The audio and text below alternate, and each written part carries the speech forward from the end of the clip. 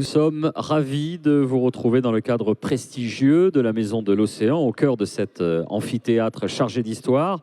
On retrouve aussi avec plaisir notre dessinateur, Xavier Gors, qui nous fait partager en direct ses dessins croqués à chaud. Et mon petit doigt me dit qu'il sera inspiré par le sujet qu'on aborde à présent, le chlordécone et ses conséquences. Notre invité, c'est Luc Multinier, docteur en médecine, épidémiologiste, directeur de recherche émérite à l'INSERM. Il va nous dévoiler les résultats de décennies de recherche épidémiologique dans un dialogue de haute tenue avec notre journaliste Géraldine Vosner, spécialiste des sujets d'agriculture et d'environnement, et le tout sous vos applaudissements nourris, mesdames, messieurs. Merci, merci à tous d'être là. Bonjour, Monsieur Multinier. Alors, les gens l'ignorent peut-être, mais nous avons quand même là l'un des meilleurs spécialistes de cette molécule, hein, le chlordécone, dont on va rappeler, je ne sais pas si c'est nécessaire de le rappeler, mais enfin, c'est un insecticide de la famille des organochlorés qui est apparu dans les années 60. Et je reviens dans l'histoire parce que finalement, cette crise du chlordécone, c'est l'archétype de la crise qui n'aurait jamais dû avoir lieu. C'est-à-dire que dès les premières études sur cette molécule, on est en 1961, on sait qu'elle est dangereuse. Absolument. Dès les années 60, on sait parfaitement que c'est une molécule cancérigène qui est toxique pour la reproduction et neurotoxique. À tel point que les autorités américaines, où se commercialise la molécule dans un premier temps, interdisent l'usage de cette molécule dans des cultures alimentaires. C'est-à-dire qu'ils l'utilisent pour, par exemple, les plantes ornementales, pour la culture du tabac, mais pas vis-à-vis de produits alimentaires, étant donné la dangerosité de la molécule. Et ça, 1960. Alors l'histoire ne s'arrête pas là, puisque en 1975, dans la seule usine de production de la molécule aux États-Unis, se produit un empoisonnement. C'est considéré par les États-Unis comme l'une des plus grandes catastrophes environnementales, parce qu'en plus de l'empoisonnement, il y a une pollution massive de la rivière James et de la baie de Chesapeake. Et ils interdisent, bien sûr, totalement la production, l'importation, l'exportation. Et dans les années qui suivent, beaucoup de recherches se font, et en 1979, c'est-à-dire quelques années plus tard, le Centre international de la recherche sur le cancer classifie le chlordécone comme cancérogène possible pour l'homme. On dit en 1979. Donc en fait, on a quand même tous les éléments scientifiques, et c'est à ce moment-là que la France l'homologue. Alors, il y avait quand même une dinguerie, quoi. Oui, parce qu'il y avait une petite homologation temporaire quelques années auparavant. On pourra dire on ne savait pas tout, très bien. Mais en 1981, lorsque on réhomologue la molécule et elle va être introduite de façon massive, fabriquée en France d'ailleurs, on ne comprend pas, puisqu'on savait tout. On connaissait tout de la dangerosité. Alors comment et pourquoi on l'a autorisée? Ben pour l'instant, on ne sait pas trop. Ça reste un mystère. Donc, elle est utilisée aux Antilles donc depuis 72 jusqu'à 1993. Il va y avoir des dérogations. S'en suivent des années. Alors on va s'apercevoir quand même que quelques années plus tard qu'il y a une pollution massive. Là, c'était l'intitulé de cette conférence, donc j'y reviens sur le bilan. Quel est le bilan aujourd'hui de l'imprégnation des terres et de la chaîne alimentaire? En fait, on a ignoré un autre signal, qu'avait été découvert aux États-Unis, c'est qu'en fait, la pollution environnementale persistait pendant de nombreuses années. Et lorsqu'en 93, on décide d'interdire la molécule, on ne considère pas le fait qu'elle pourrait être toujours présente. Et c'est par un concours de circonstances qu'en 1999, en faisant des contrôles de la qualité des eaux pour la consommation, on trouve la molécule. Les services locaux en Guadeloupe et en Martinique essayent d'aller un peu plus loin, et qu'est-ce qu'ils trouvent? Le chlordécone dans les sols, dans les eaux, dans le littoral, et puis contamine la chaîne alimentaire, végétale et animale. Et c'est là où nous sommes intervenus très rapidement, ça faisait partie de mon métier, de savoir si les humains, c'est-à-dire les populations résidentes aux Antilles étaient contaminées. C'est là qu'on a découvert que non seulement pratiquement 100% de la population antillaise était contaminée, et parmi tous les contaminants, et Dieu sait qu'il y en a, qu'on peut mesurer dans le sang, eh ben, c'était celui qui était en les plus grandes concentrations. Voilà. Les impacts sanitaires sont évidents, mais massifs. Comment on... Bonne question, parce qu'à l'époque, je vous ai parlé de l'épisode d'empoisonnement des ouvriers dans la fabrique, mais c'était un épisode d'empoisonnement, c'est-à-dire qu'ils étaient tous devenus malades les uns derrière les autres, c'est ce qu'on appelle un syndrome aigu. Donc, lorsqu'on a constaté ce niveau d'imprégnation, y compris chez les populations, les hommes adultes, les femmes adultes, femmes enceintes, les enfants, les nourrissons, les nouveau-nés, on s'est posé la question, est-ce grave, docteur? Donc, il était nécessaire, on savait que la molécule était dangereuse. Maintenant, ce qu'il fallait apprécier, c'est quels sont les risques effectifs. Alors, juste pour vous indiquer que la notion de risque est importante puisqu'elle tient compte de l'exposition. Si vous n'êtes pas exposé à une molécule, peu importe qu'elle soit très dangereuse, vous n'avez pas de risque. Et c'est là qu'on a démarré des études qui se poursuivent, mais qui ont déjà apporté un certain nombre de conclusions. Alors, par exemple, on a beaucoup parlé d'une épidémie de cancer, notamment du pancréas. Il y a une part importante, en fait, de ces cancers qui ne se seraient pas déclarés sans cette crise. Alors, ce qu'on sait actuellement avec une bonne certitude, et en tout cas, le fait qu'aucune autorité scientifique au monde s'y soit opposé, parce que des fois il y a de la polémique dans la science, c'est pas chose de parfait, eh bien ce qu'on sait c'est que ça augmente le risque, la probabilité de survenue du cancer de la prostate, dans une population qui, pour des raisons diverses et variées, a un taux déjà élevé, donc ça y participe. Ce qu'on sait également, c'est que ça augmente le risque de survenue de prématurité, dans une population qui, là aussi, a un taux de prématurité bien plus élevé que la moyenne dans l'Hexagone. Et troisième volet, je ne peux pas tout détailler, on a vu un impact dans ce qu'on appelle le neurodéveloppement, neurocomportement des enfants. Sans qu'on sache pour l'instant si cela va perdurer dans le temps et si ça va se traduire sur un événement mesurable de santé. C'est ce qu'on appelle les scores de neurodéveloppement. En tout cas, même si on ne sait pas tout sur les conséquences sanitaires de cette situation, on en sait suffisamment pour que l'action publique se mette en place. Et l'action publique a commencé à se mettre en place il y a déjà un certain nombre d'années, par exemple en contrôlant les niveaux de contamination des denrées alimentaires, pour que finalement, lorsque vous allez sur le marché, vous ne consommiez pas un produit contaminé. D'autres preuves. Parle beaucoup des impacts sanitaires, on parle peut-être un peu moins et on évalue peut-être difficilement les impacts sociétaux massifs que cette crise engendre. Bien sûr, on m'interroge beaucoup sur les impacts sanitaires, et ça je le comprends très bien, parce que c'est quelque chose que ça intéresse tout à chacun, c'est notre santé, aucun souci. Mais on s'interroge moins sur les autres impacts. Il y en a un sur lequel on parle relativement peu, c'est l'impact économique, sociétal économique. Au début des années 2000, il y avait un regain d'activité économique aussi bien en Guadeloupe et en Martinique en développant l'aquaculture. Or, tous les bassins versants de la Guadeloupe et de la Martinique, la plupart, se sont retrouvés contaminés avec le chlordécone. Résultat des courses, ces personnes-là ont dû mettre la clé sous le paillasson. Autre chose, on a interdit la culture de légumes racines sur des sols contaminés. Mais tous les petits agriculteurs qui vendaient leur production de légumes racines et qui avaient un lopin de terre contaminé, qu'est-ce qu'ils font?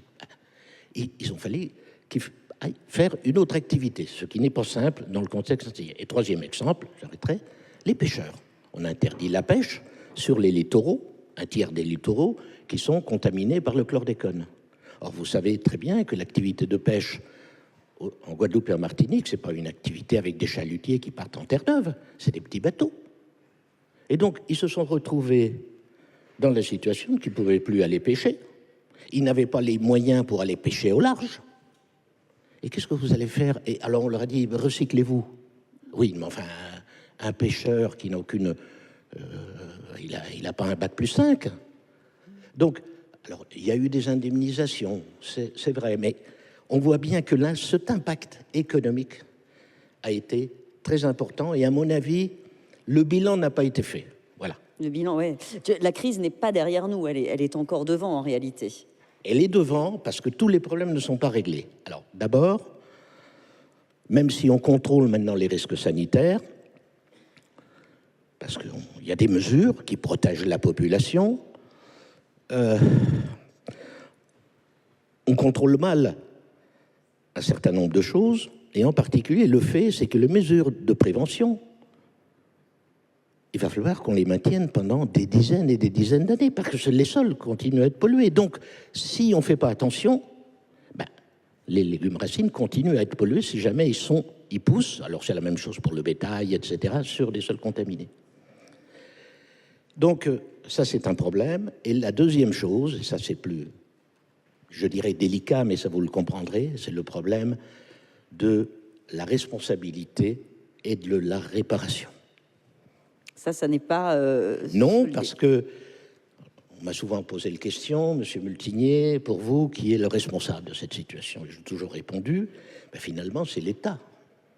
Puisque c'est lui qui a autorisé le chlordécone, ministère de l'Agriculture en 1981 et ses services correspondants.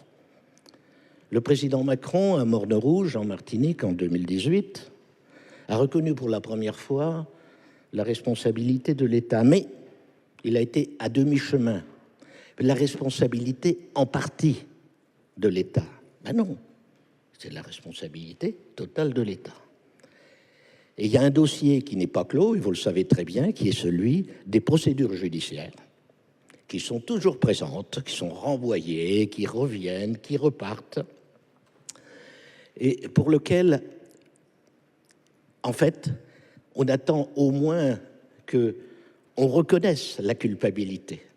Après, il y a la question des dommagements, mais ça, c'est encore une autre histoire sur laquelle je ne m'aventurerai pas parce que je ne suis pas compétent. En parlant justement des coûts, est-ce qu'il est possible d'imaginer, je sais que certains l'ont évoqué à une époque, une décontamination des terres? Est-ce que c'est faisable? Est-ce que c'est à l'échelle? Alors, il y a beaucoup de recherches qui se sont initiées dans ce sens-là. Mais rendez-vous compte, Madame Wosner, c'est un tiers des surfaces agricoles, au minimum, et un tiers des littoraux, au minimum, qui sont pollués. Donc on n'est pas dans une situation d'un site industriel, d'une usine qui pollue au plomb, aux hydrocarbures, la zone autour. On est... Voilà. Et donc ce sont des milliers d'hectares à dépolluer.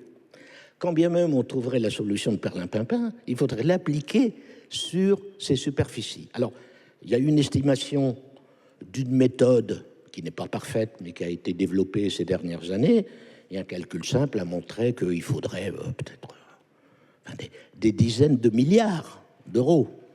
Vous voyez, c'est vraiment à la louche. Donc, il va falloir vivre avec, c'est clair.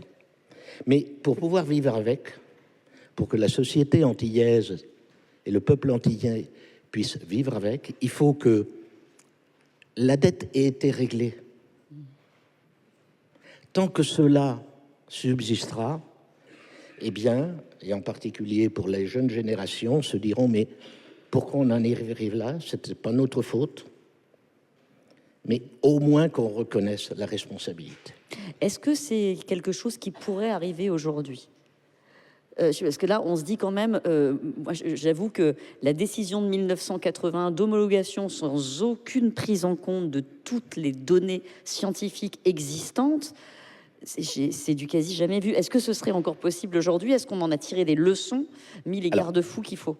Je pense qu'au jour d'aujourd'hui, vu les systèmes, ils ne sont pas parfaits, hein, loin de là, mais nous protègent largement de cette situation, de ce scénario catastrophe. Ça, c'est clair. Est-ce qu'on a appris? Oui. Je pense que les autorités de l'État, quand même, se sont posées beaucoup de questions. Comment on va gérer cela? On savait et on sait gérer l'usine AZT, Lubrizol, tout ça on sait gérer. Mais un territoire, 2 régions, à ce niveau-là, on ne savait pas. Donc, on est en train d'apprendre, et je pense que ça pourrait être utile, peut-être pas pour des catastrophes nouvelles qu'on ne souhaite pas en France, de façon générale, mais peut-être dans d'autres pays. Alors, c'est plus non plus le ministère de l'Agriculture qui homologue maintenant. On a quand même changé aussi les procédures. Oui, ça a radicalement changé, quoi, voilà. Donc, a priori, on devrait pas, y a moins, enfin, on ne devrait pas le revivre. Hein. Voilà. Alors, il y a aussi le problème de l'information. Je me suis toujours dit, comment ça se fait que les médias français, les grands quotidiens, on parle des années 1975-1980. À l'époque, il n'y avait pas Internet, mais les communications, ça existait. Et tout ce qui se passait aux États-Unis était répercuté. Voilà. Eh bien, j'ai jamais trouvé dans les grands quotidiens français la moindre mention de ce qui s'était passé aux États-Unis. Au jour d'aujourd'hui, imaginez qu'un tel événement, on en parle. Vous voyez ? Donc, il y a eu une acculturation globale. Quand on préparait cet entretien au téléphone, vous me disiez, mais aujourd'hui, on ne le dit pas assez, la banane antillaise est sans doute celle qui est cultivée le plus proprement au monde. Alors, 2 choses.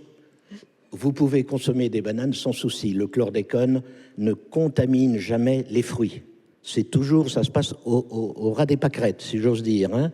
C'est les légumes racines et les cucurbitacées qui peuvent être contaminés, bien sûr, le bétail. Donc, dès que vous avez une mangue, un goyave, une banane, voilà. Revenons à la production agricole bananière. Bien sûr, ça a été pour l'activité agricole de la banane aux Antilles un choc.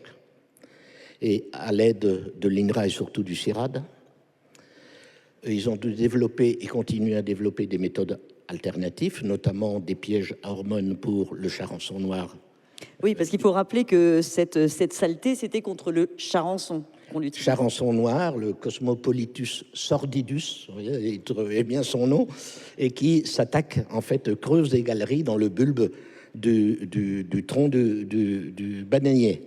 Et donc, on peut dire qu'au jour d'aujourd'hui, la banane antillaise est vraisemblablement des plus propres au monde. Donc, au moins, on aura appris, plus aussi, une prise de conscience de la part des Antillais, Guadeloupéens et Martiniques, de la prise de conscience de l'importance de notre environnement, du rôle néfaste des pesticides. Et il y a beaucoup d'actions citoyennes qui se font, profitant de la crise de chlordécone pour développer ce qu'on appelle une agriculture durable. Voilà.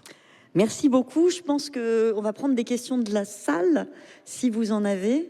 On va vous faire passer un micro. Oui. Monsieur, puis ensuite monsieur derrière. On vous écoute, monsieur. Oui, bonjour. Merci pour votre intervention, monsieur Luc Multinier. On parle souvent de constats et on ne parle pas de résultats. On ne parle pas assez de résultats ou plutôt de prévention. Donc la question que j'avais, c'est comment on fait aujourd'hui on sait que ma maman, je suis de la Martinique, ma maman elle a 89 ans, je pense qu'elle doit avoir consommé beaucoup d'aliments, beaucoup de choses qui impliqueraient certainement un taux de chlordécone élevé. Est-ce qu'on ne pourrait pas, dans son sang, qui peut donner des cancers, qui peut donner un certain nombre de choses? Pourquoi on ne met pas en place, pour la population qui est touchée, un dépistage systématique du sang, par exemple, si c'est dans le sang qu'on trouve le chlordécone, qui permettrait après, dès lors où on a une détection trop élevée de chlordécone, que tout le processus de soins associés à dépistage du cancer, dépistage etc., soit pris en charge gratuitement, sans avancer les fonds, etc., qui permettrait en fait de ne pas encore parler de constat, parce que le constat, on le connaît, de ne pas parler de réparation, ça on a un temps pour ça également, mais de parler de prévention de la population qui aujourd'hui meurt. On fait que ça, des constats de taux de cancer de prostate le plus élevé, etc. Donc comment on fait pour sortir de ça? Donc c'est pas peut-être votre champ d'action, mais comment vous pouvez aider pour que ça puisse se mettre en place, pour que la prise en charge et la détection puissent donner quelque chose de pris en charge gratuitement par l'État? Alors, je vais vous répondre dans la petite demi-heure qui m'a été consacrée par Madame Wössner et par Le Point. C'était la notion de bilan et de bilan sanitaire. Si j'avais dû parler des actions de prévention, il m'aurait fallu une demi-heure de plus. Alors, je ne vais pas utiliser la demi-heure. Sachez qu'actuellement, il y a des dispositifs mis en place, en particulier le dispositif qu'on appelle le chlordéconémie, ce qui fait que tout citoyen guadeloupéen ou martiniquais, résident aux Antilles, peut, par le biais de son médecin, d'avoir une prescription gratuite et une analyse gratuite du dosage de chlordécone dans le sang. Ça, c'est une chose, avec un accompagnement. Deuxième chose, il y a... alors, il ne suffit pas de dire, voilà, vous avez tant de chlordécone dans le sang. Parce que oui, et alors? Il faut qu'il y ait la suite. Et alors là, se sont développés dernièrement des programmes d'action, en particulier sur la population la plus à risque, qui est celle des femmes enceintes.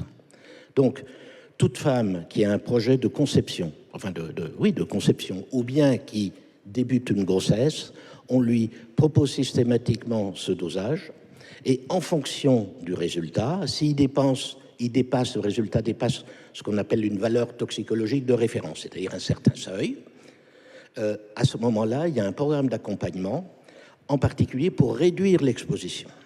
Attention, ce n'est pas parce que vous avez du chlordécone dans le sang que vous allez obligatoirement être malade, puisque je vous ai dit, c'est 100% de la population, et pourtant, beaucoup de la population antillaise est en bonne santé. Bien sûr, ils sont malades, comme tout, et pour certaines maladies, il y en a peut-être un peu plus qu'ailleurs, je vous le conviens. Donc, ce programme chez les femmes enceintes se déroule actuellement aussi bien en Guadeloupe et en Martinique. Et l'accompagnement, c'est qu'est-ce qu'il faut, les recommandations en termes d'achat de denrées alimentaires à risque de chlordécone ou pas. Moi, je ne détaille pas trop. Il y a un troisième programme, par exemple, je vous cite un troisième, mais il y en a plein, hein, les jardins familiaux, en Guadeloupe et en Martinique. Une bonne partie de la population, parmi la population la plus pauvre, est propriétaire de leurs habitats et de leurs terrains et utilise la culture sur leurs jardins familiaux, donc privés, comme moyen de subsistance ou pour faire cueillir des poules, des cabris, etc. Bon. Et donc, ce programme jardins familiaux invite à toutes les... Alors, c'est un programme actif, c'est-à-dire qui va vers les gens et disent, voilà, on vous propose une analyse de votre sol. Si jamais il n'est pas contaminé au chlordécone, tout va bien. S'il est contaminé au chlordécone, nous vous apportons des solutions. Par exemple, j'en ai une, voilà, il y avait une famille où il y avait un grand-père qui avait l'habitude de manger de ses poules 2 œufs par jour. Les œufs étaient hyper contaminés. Vous voyez? Bon. Donc, qu'est-ce qu'on a proposé? Et avec une aide financière dans cette famille-là, c'est de faire mettre les cages des poules en hauteur pour éviter qu'elles picorent les sols, puisque c'est en picorant le sol qu'elles ingèrent des particules et se contaminent au chlordécone. Donc voilà, sachez que depuis des années, il y a plein de projets et de démarches de prévention en cours. Malheureusement, c'est peut-être pas connu. Alors, au niveau des Antilles, je ne sais pas si vous êtes résident là-bas, en permanent, enfin, peu importe, mais en tout cas, il y a quand même une prise de conscience en Guadeloupe et en Martinique et l'existence de ces projets-là. Voilà. Monsieur, votre question. Oui, je sais pas si ça... Vous m'entendez? Oui, ah oui, là, c'est bien.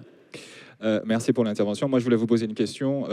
Au-delà du chlordécone, puisque vous avez dit qu'il y a un tiers des littoraux qui sont contaminés, plus des terres, je pense qu'il y a aussi les rivières qui doivent être aussi contaminées.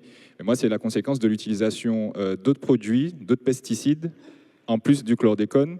Est-ce qu'il y a une étude qui est faite sur l'impact de ce mélange de pesticides sur la santé des habitants des territoires d'outre-mer? Oui, alors, ce n'est pas une spécificité des outre-mer. Si vous voulez... si on se réfère à l'Hexagone, donc là, rapprochez le micro. Oui, si on se réfère à l'Hexagone, nous sommes exposés à une myriade de contaminants et une myriade de pesticides. Si on dosait dans le sang, on en trouvait une liste. La particularité aux Antilles, c'est qu'on en a un de plus. Voilà. Donc c'est un parmi 1000, 10 000, je ne sais plus. Enfin, bon. La question est légitime, sauf que la science n'a pas les moyens d'aborder la complexité. Si je vous pose une question, combien de substances chimiques on connaît? 150 millions à peu près sont recensés dans ce qu'on appelle la base de Cass. Parmi eux, la moitié, c'est des substances dites naturelles. Ça ne veut pas dire qu'elles ne sont pas dangereuses. Hein. Et puis, l'autre sont des molécules qui ont été produites, inventées, générées, commercialisées ou pas, par nous les humains. Et à combien de substances sommes-nous réellement exposés dans notre vie quotidienne? Les chiffres divergent. 5 000, 30 000, 100 000, ce sont 3 chiffres qui ont été répandus par les autorités américaines, les autorités européennes. Voilà. Donc, dans le cas du chlordécone, il a fallu faire des travaux, et ça nous a demandé au moins 20 ans, pour identifier les risques associés à cette molécule. Puis il y a d'autres chercheurs dans le monde qui travaillent sur les risques associés au glyphosate, au bisphénol, tout ce que vous voulez. Maintenant, si vous voulez étudier l'interaction des uns avec les autres, vous voyez la complexité. Donc, face à cette question qui n'a pas de solution, il faut une réponse pragmatique. Sur le chlordécone, on agit. Et je prends un autre exemple, parce qu'il a été évoqué dernièrement aux Antilles, le cas du glyphosate. Voilà, que je connais très bien. Ben, le glyphosate, contre le glyphosate, il y a des actions. Alors, le glyphosate, l'intérêt qu'il a, c'est que si on le cesse de l'utiliser, il disparaît de la nature, hein, et des organismes. C'est ça l'avantage. C'est-à-dire, imaginons qu'un jour, en Europe, on décide d'interdire le glyphosate. Le lendemain, on a réglé tous les problèmes. Il y a des problèmes? Non, mais on ne va pas rentrer là-dedans. Hein. Non. Mais les problèmes sociétaux, les questions, les questionnements, tout ce que vous voulez. Le problème du chlordécone, c'est interdit depuis 1993. Vous voyez? Donc, votre question est légitime, mais sachez que, voilà, la science, on n'a pas le moyen de... face à cette complexité. Et puis, bon, il faut être raisonnable. Enfin, c'est mon point de vue. Le chlordécone est une substance qui, intrinsèquement, le profil toxicologique était bien plus dangereuse que ce qu'on sait sur le glyphosate. J'ai même travaillé en Argentine sur le glyphosate, dans les cultures d'OGM. Donc, vous voyez, je sais de quoi je parle. Donc, voilà, le cas du chlordécone, c'est un cas particulier qui mérite toute l'attention que tout le monde porte. Là, on a dépassé le temps. Je suis désolé, il y a l'autre table qui va commencer dans quelques instants. Je vous invite à poursuivre la discussion directement avec Luc Multinier parce qu'on va devoir rendre. Donc, merci beaucoup. On vous applaudit. Merci beaucoup. On se retrouve après une courte pause pour parler de l'entrepreneuriat ultramarin.